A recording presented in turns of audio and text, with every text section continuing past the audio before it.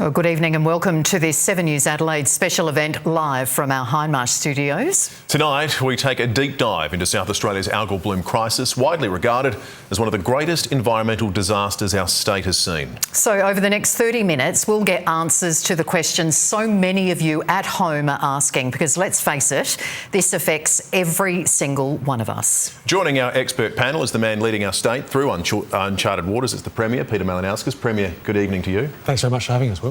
And alongside him is Chief Public Health Officer Professor Nicola Spurrier. Appreciate your time. And the man who represents thousands of recreational anglers, Wreckfish SA's Asher Desiree. Welcome to you as well. Thanks for having me. Also joining us is Professor Greta Petzel from the University of Tasmania and Biodiversity Council, and Michael Violenti. His family owns Seafood Works. He's also here on behalf of Seafood Industry SA. We will return to our panel in just a moment, but first a look at just how quickly this marine catastrophe has unfolded. Something in the water is killing sea life and making beachgoers sick. We all started getting a really scratchy, itchy throat.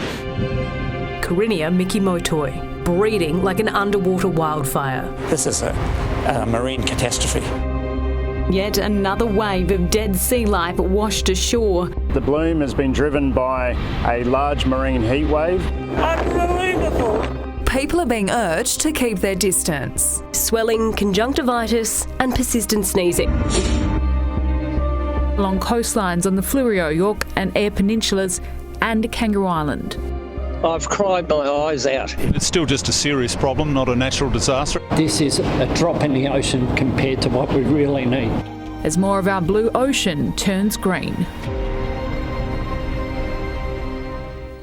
Well, let's go straight to Amelia, who's at the Port Elliot Surf Club tonight with the crowd who are watching on. And Amelia, seem like they're a bit of a frustrated bunch.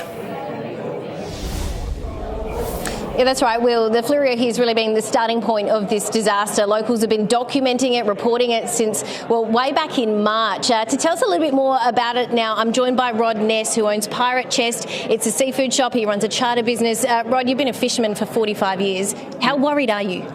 Extremely worried. It's just something that we would never have guessed would happen. And how has this impacted your business? Well, we've shelved both the charter boats. They're not active at all, haven't been since early March. Commercially, we're not fishing out of this area, and our seafood shop has plummeted downhill with its turnover and daily takings, customers, everything through people not being assured of how safe it is to eat the fish. So when you think of the future, Rod, what do you think? I don't know. Is there a future? Right. Thank you, Rod. That's our starting question there, guys. All right, thank you very much, Amelia. This one's for you, Premier. You heard Rod. He's sounding a bit grim there. Have we been let down on this?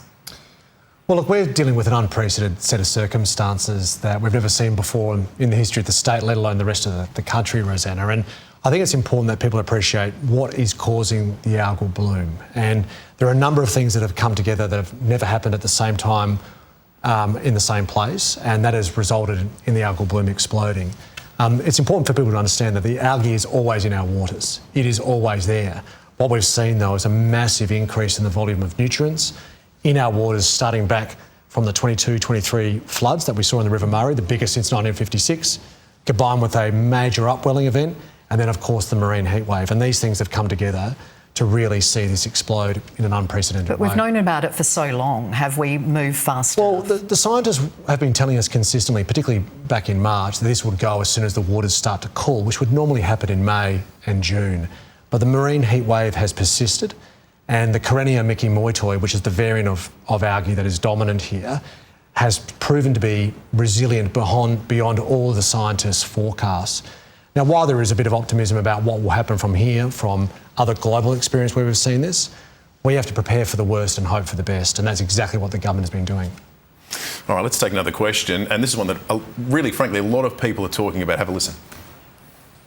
Where did it come from? They're saying climate change, but I have to be honest, there's a lot of talk in the community about that Chinese ship that went up and down the coast.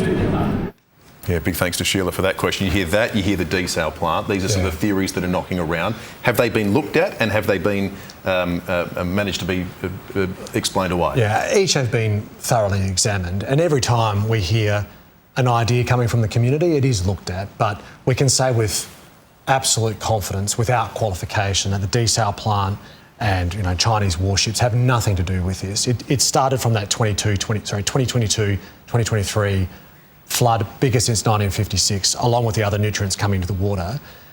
Then there was the marine heat wave, and then the other element that is required beyond heat and nutrients for the algae to thrive is sunlight. And we've seen a disproportionately large amount of sunlight in April, May, which is consistent with the drought. Less rain, less cloud cover, more light, and that allows the algae to bloom. But in fact, just on the desal plant, it's interesting. The science tells us that the Karenia micimoitoi, the algae, performs less well as the salinity goes up. So if the theory is that the desal plant is increasing salinity in our water and that's causing the algal bloom, the opposite is in fact true. So these myths, these are genuine concerns that people raise, but they are just myths. And it's important that every decision maker focuses on the science and the facts, because that will inform good judgment going forward. Do those sorts of myths speak to the inadequacy of the communication to people in the public? I think it speaks to a new era that we live in, Will, quite frankly. I think sometimes misinformation, particularly in social media, can spread very quickly. And when people are interested in something and we're seeing an event that is unusual, it's not like any other disaster we've seen before, people want to rush to information quickly, and social media can be an easy source, but it also can be a dangerous source of misinformation, which is why programs like this are so valuable. Yeah, there's a lot of fear out there, isn't there? Asher, did you have something to say? Yeah, we actually did a range of studies. So as soon as these fish kills were seen, we actually went out and did some of that water sampling, and it came back as normal nutrient, normal temperature, normal salinity.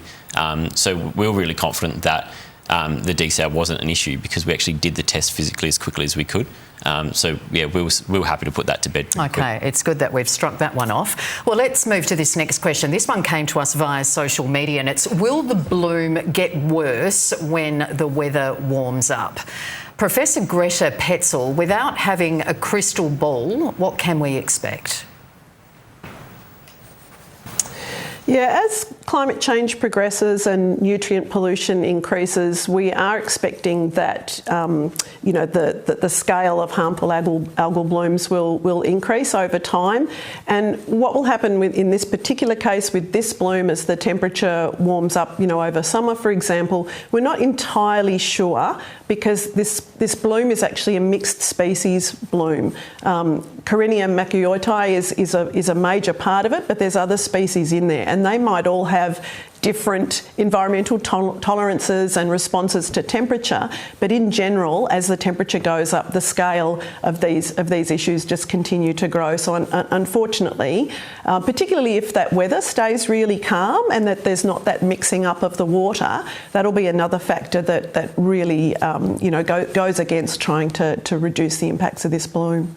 Professor, thank you for that. We might revisit a little bit later what that will mean about the upcoming summer. But before we do, the number one thing we got responses about here on Channel 7 was human health. And as you may well understand, a huge topic for our viewers. So many questions. And here's why. Take a listen. Rob Thomas is a dedicated winter swimmer, but for the past month he's ditched the ocean for the pool. Most of us have quit swimming right now while the algal bloom's there. He says not only is swimming among dead fish not appealing, he's also concerned about the potential impact of the toxins on his health. And a quick survey revealed he's not alone. Running noses, that sort of stuff, stinging in the eyes. So I stopped swimming after that. I walk my dogs as well, and I don't particularly want to walk my dogs on the beach. For some, these concerns also flow to the kitchen, with consumers turning away from SA seafood. I haven't bought any for a good few weeks now. Bit concerned. Don't really know if it'll be good for you. I've gone to Tassie salmon. What was the catalyst for the change? Well, in case I was going to get sick. But now the Premier is endorsing that it's safe, then I think I will go back. So maybe the tide is turning. My question is it safe for my family to eat the fish that we catch? Because my granddad's quite into fishing, so it's really quite important for my family. Yeah, interesting question, that one there from Mia from Glandor. I want to go to you, Asher, on this one, because we've heard a lot of information about commercial fish catch, but what about your members? Should they be eating the fish that they catch? Yeah, and everyone that goes fishing, we've got 360,000 of us, and 30% of those are fishing to eat. So they're obviously really concerned. We did a lot of follow-up work with SA Health, with PIRSA during the week. As per the SA Health advice, the concern was in the fish flesh itself. We've had that confirmed that that's no issue. The fish flesh itself is fine. You need to gut your fish. You need to make sure you remove that viscera, and you need to avoid recreationally caught shellfish. Other than that, I think we're more than confident to consume that fish, and we've had commitment from the charter industry themselves, and they've said, hey, we'll go out and we'll catch fish, we'll pay for the testing to make sure that this is okay for the community, and we've had a real strong commitment from the fishing industry to do that. So we're really confident now with that advice that it's consistent and we're all good with it. Can I just ask, would you feed that fish to your 2-year-old son? Yeah, well, first I've got to catch a whiting, which is proving to be pretty hard at this stage for me. But yeah, I would feel confident because we don't consume fish in the whole state. We've always filleted them, and when you do buy shellfish, it is important, being a filter feeder, that they need to be sourced from a commercial perspective.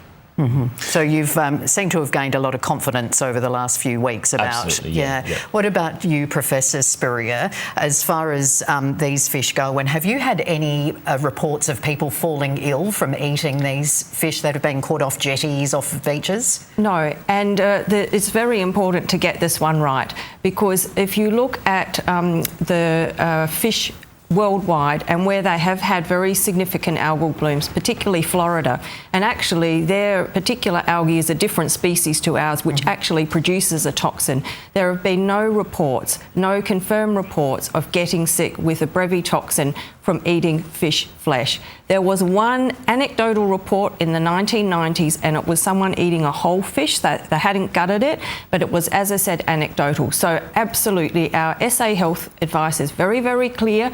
If you're doing recreational fishing, totally fine to eat the fish, eat the lobster, crayfish, but just gut it, make sure you take all the guts and throw it away and just have the fish flesh. Totally fine. The only thing, as Asha said, is the bivalve, the 2 shells. If you're collecting those, we recommend don't have those. Buy the ones from the shop, which are safe. I just want to say it is really hard to get your head around that. It is. For me, for so many people at home, that we're seeing these dead fish on the beach, yet you're saying to us we're okay to eat them. Can I explain that?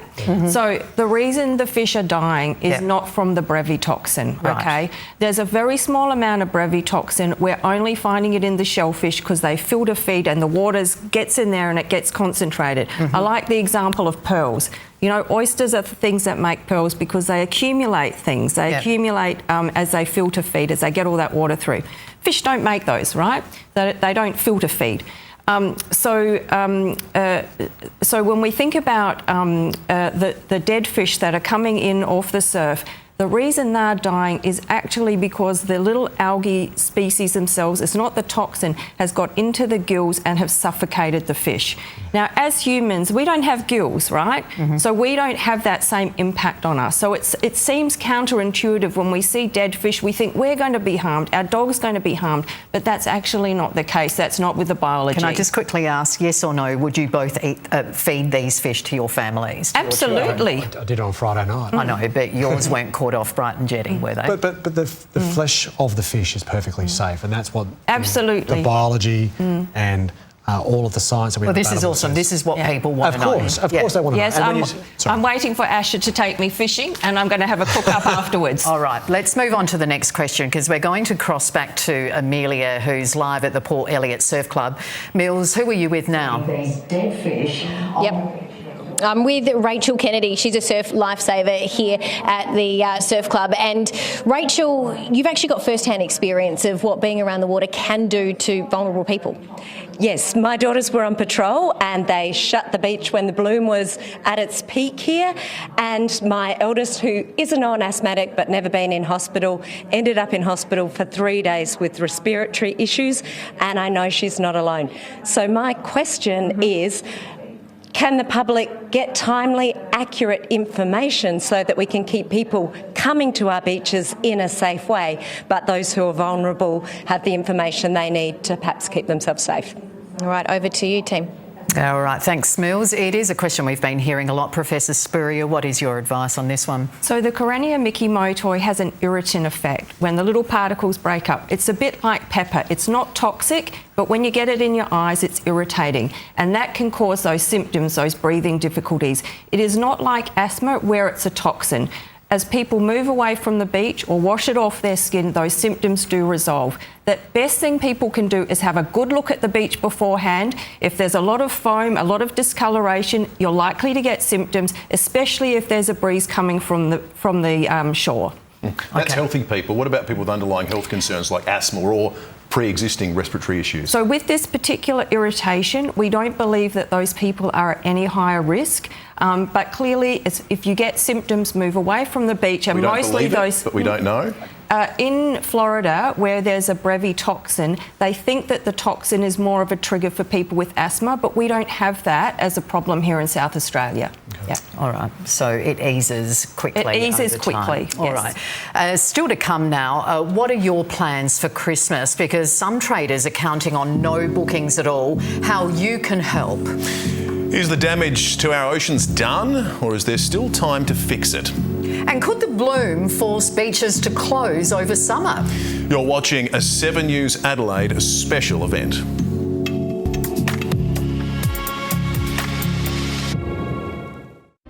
All the animals are washing up there. Quite sad. Welcome back. It's touched everyone, young and old, and our tourism industry is particularly worried about what's to come, with hordes of holiday makers cancelling their plans. But as Casey Trullaw discovered, they're pleading with all of us to keep the bookings coming. We're on the east coast of Yorke Peninsula where tourism is taking a big hit, but locals insist they still have plenty to offer. It's the crabbing and the fishing that people do come to do, but let me tell you, there is still so much more that you can do in Ardrossan and the surrounding areas. Go and have a look at the Moonta mines and the candy stores, and there's lots of wineries, lots of breweries, lots of different things to see within an hour and a half of Adelaide. We also have live music throughout from Christmas through to New Year's. At this stage, not all of the Yorke Peninsula is affected by the algal bloom. On the western side of the peninsula, there's still plenty of great fishing spots. If we don't get your support now, these towns and businesses may not be here when you're ready to come back. So please come and support us as much as you can until this bloom is over, and hopefully soon. I'm very concerned about the future of our fishing industry. Can we reverse what's happened here, or is it too late? All right, thank you to Leanne from Westbourne Park for that question. Premier, I'll ask you, is this our new normal, or can we undo the damage that's been done? No, we shouldn't expect it to be the new normal. We don't know how long the bloom will last, and anyone predicting that, I think, is probably misleading people. But we shouldn't expect it to be the new normal, and we know that there are things that we can invest in to assist the recovery. We've been working with Wreckfish SA, but following the advice of SARDI, which is a world-leading organisation in marine research, particularly around our fisheries, to ensure that we accelerate the recovery when that starts. And with our tourism sector, it's interesting, the point that was made by one of the participants there pointed out that most of our coastline is not affected, and they're absolutely right. In fact, 73% of our coastline is completely unaffected at this stage by the algal bloom.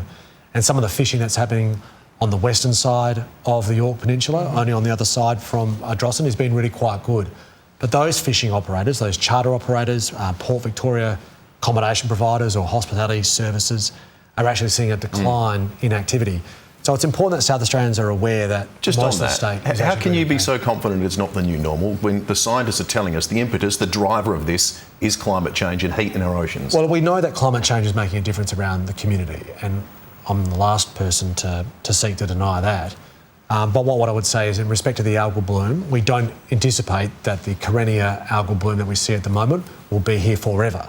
Wherever we've seen this in other parts of the world, it has eventually gone. In some places it's gone permanently, other places it's gone and then pulsated back over time. But we shouldn't expect it to be in metropolitan Adelaide or in other parts of the state forever. All right. We've been hearing a lot about the impact of the bloom on fish stocks. Questions like, will there be local seafood on the table this Christmas? Well, Michael Violante is listening into all of this. We thank you for your patience, Michael.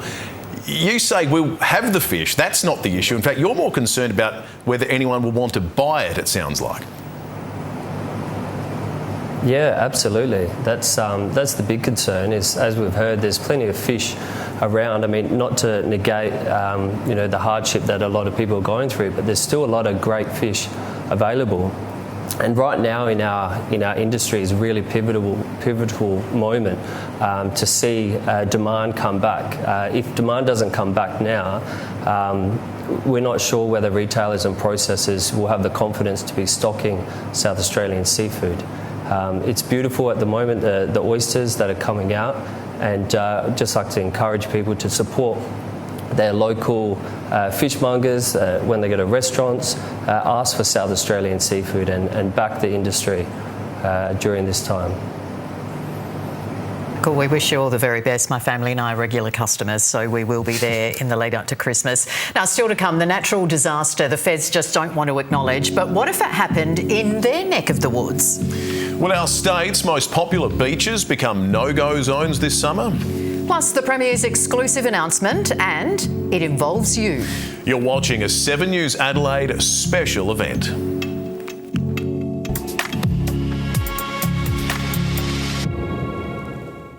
If we had dead fish and marine life washing up day after day on Bondi Beach, there'd be a national outcry. Oh, Sarah Hanson-Young there, and she does make a powerful point. If this disaster was unfolding on the East Coast, would it really take Environment Minister Murray Watt 6 months to act or to pose for the cameras with a dead fish? The message is pretty clear. The federal response has been sluggish and South Australians do know it.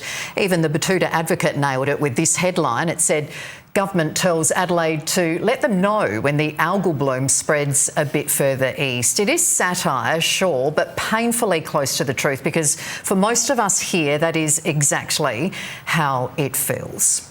Now, this next question has also been playing on everyone's minds. Will beaches stay open in summer if there's still dead fish everywhere? Premier, it's a big call. All our advice is that beaches will remain open. I think what we are doing, though, at the moment is preparing for the worst, and that includes the development of a comprehensive summer plan. And what the community will rightly expect is that there is a high level of communication around what is happening to the algal bloom, if indeed it is still with us at summertime. We hope it's not, but it's a real possibility. If it is, if the beaches look like they do now with dead fish scattered everywhere, it's a 40-degree day. I can't even imagine. It looks unsightly. The stench would be terrible. No one's going to be wanting to sit there. Can you say that the beaches will not close? You've said that. That's all the advice that we received. And as part of the summer plan, there will be an exacerbated effort around the clean-up. In fact, at tomorrow's task force meeting, that is the principal focus. Yep. Is working with local government to accelerate clean-up in the event that it is required. All right. Well, Premier, we've talked a lot about how to deal with the bloom while it's here, but you're already starting to plan for what comes after the recovery phase. We want to make sure that once the algal bloom moves on in the volume we currently see it, that we allow the marine environment to recover quickly, which it is very capable of indeed. In fact, it's miraculous. And that's about investing in reefs. And we've been working with Recfish to say in that regard, but tonight we announced that there is a 15-hectare program on investment in new reefs, doing it in conjunction with volunteer organisations which are been pouring out in a way just looking to help, to use recycled oysters, to put 15 hectares of new reef in 15 different locations along our marine environment to accelerate that recovery. And hopefully prevent future blooms as well. It actually has a deterrent effect, in fact, because the oyster shells attract new native oysters, which has a powerful role in the prevention of future blooms at this level we've seen in the past. And you got some good news tonight? Literally as we were leaving the office to come down here, we're starting to go through the testing results we've had over the recent day. They get reported to the task force tomorrow. And tonight I can reveal that good news in Boston Bay, just outside of Port Lincoln, that their oysters and their mussels have now been completely cleared of the brevetoxin and are now going back into production for people's consumption. So that's really good news for at least that part of our West Coast community. Yeah, well, hopefully it extends to more communities in the near future too. Indeed. Yeah, it's certainly good to end on a high too. Well, look, we know there are challenges ahead, right? And we don't want to isolate good news and suggest that means that the bad news has disappeared. But whether it's good news for our growers and our producers, that should be acknowledged. Okay, I feel like we could talk about this for hours and hours and there'd be so many more questions, but we have run out of time. So thank you, Professor Spurrier, thank you to you, Asher, and to you, Premier, for your time and for explaining some of this to the people at home who just want to know. All your insights have been very valuable. Thank you. Thanks so much. And indeed, big thank you to the people watching at home as well for watching along and submitting questions to this special 7 News event. So from the whole team here, it's good night.